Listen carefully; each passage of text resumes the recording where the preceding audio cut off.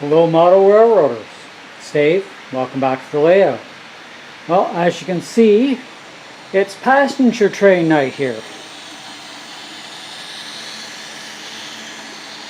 After, I don't know, about almost 2 months I guess since I've actually ran any trains.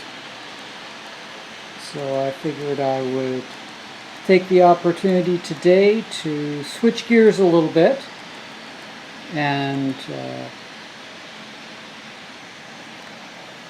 switch off from working on the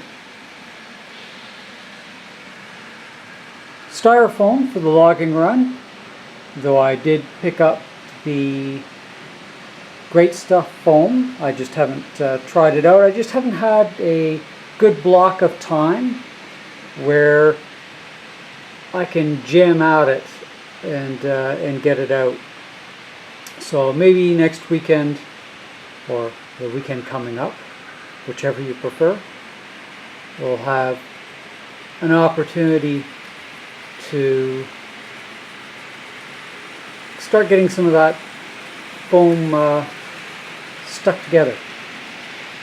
I figured I would just take the opportunity to do some run-bys of the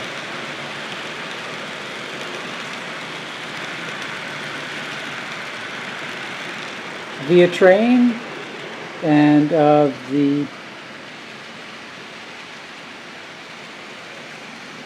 Pennsylvania train. There's 14 cars in the Pennsylvania set.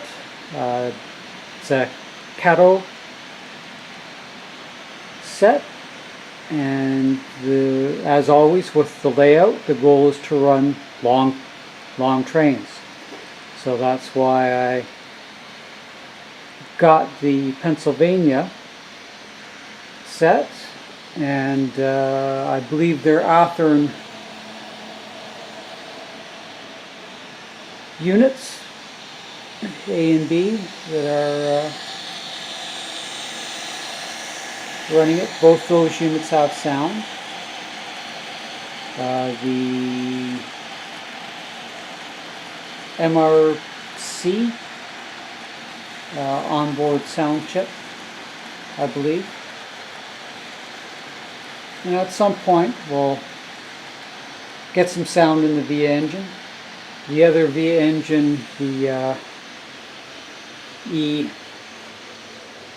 E8 or 9, I can't remember which, that goes with the set. I haven't put a decoder in it yet, so I'm kind of holding off on that until I decide regarding sound, because one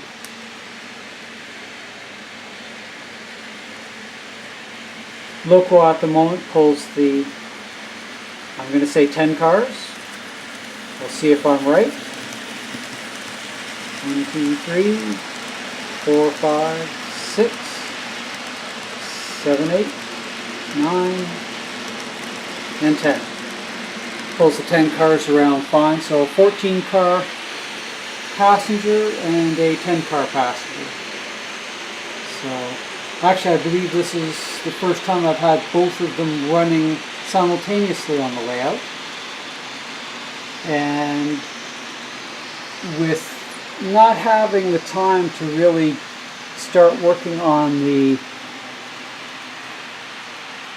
foam work, my plan was to just pick away at kind of one of the pending projects, if you will, was getting a station area set up in this spot. And what I picked up from a local hobby shop was some new old stock. I picked up a couple of these stations, and I wanted to figure out, was it going to take up a module and a half, 2 modules, how much track was I going to have to lay down here to join up, pardon me, with the track that's going to run along the face of the upper level.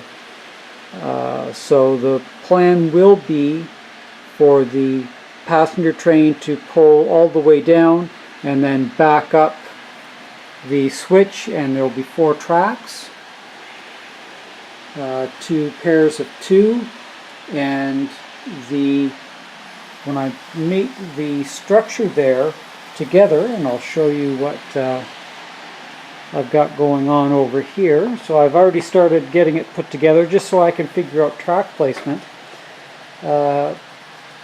Between the 2 tracks, or if we put down the 2 platforms, that equivalates about 3 cars.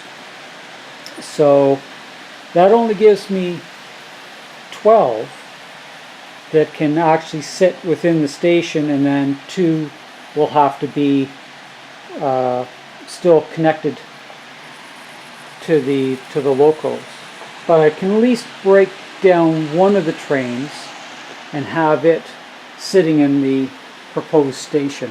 So that's more what I'm trying to figure out to ensure that I've got sufficient trackage, how far it's going to eat up as far as the depth go on the top level, and then I'm going to have to figure out what I'm going to use as a station.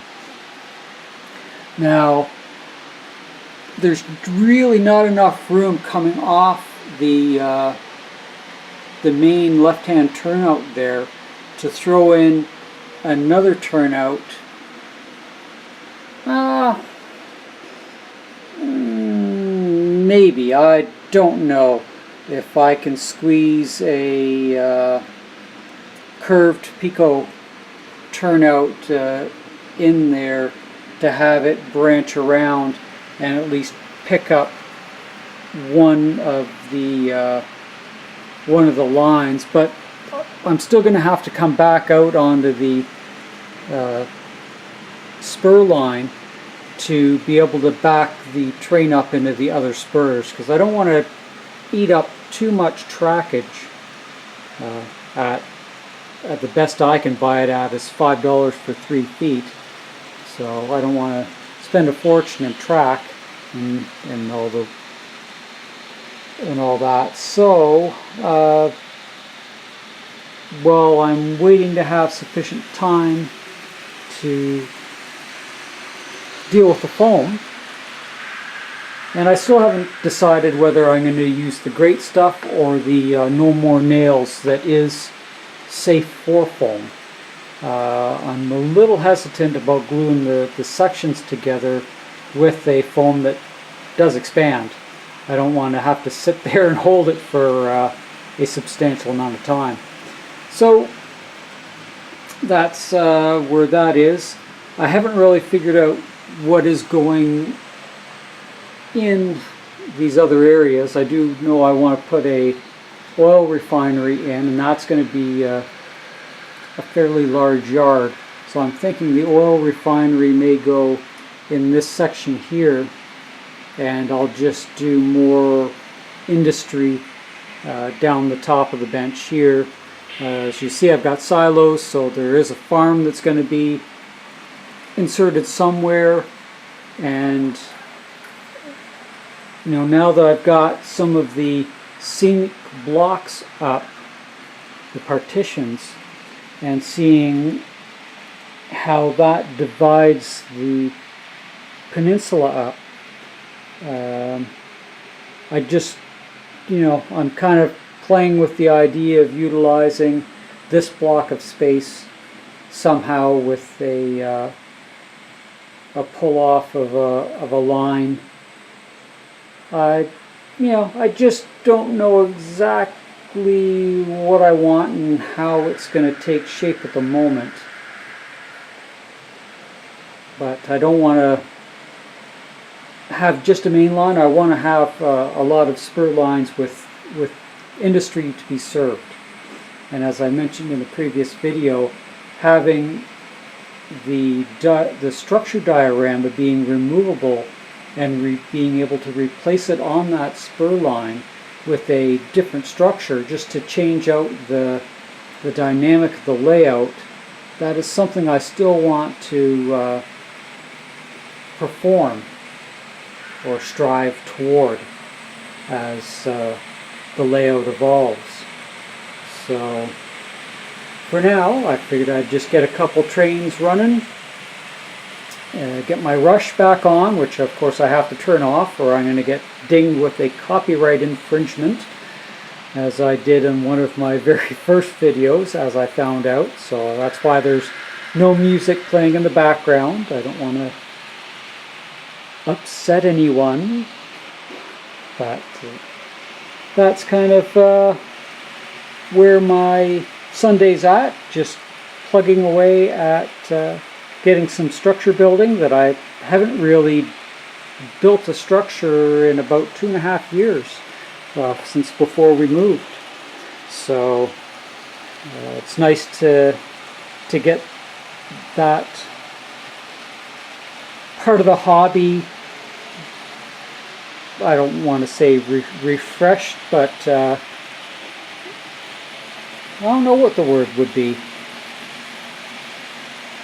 However, it's nice to be able to change it up a little bit by working on the canopy. I don't even know what you would call the structure for the station. I guess canopy is, I'll go with that. But at this point, I'm going to sign off and just enjoy the trains running in the background. So until later on, when I've got something to show everybody, I'll sign off for now. Hopefully the dreary January is not settled in with you and you're able to get down and work on your layout. Talk to you later. Bye for now.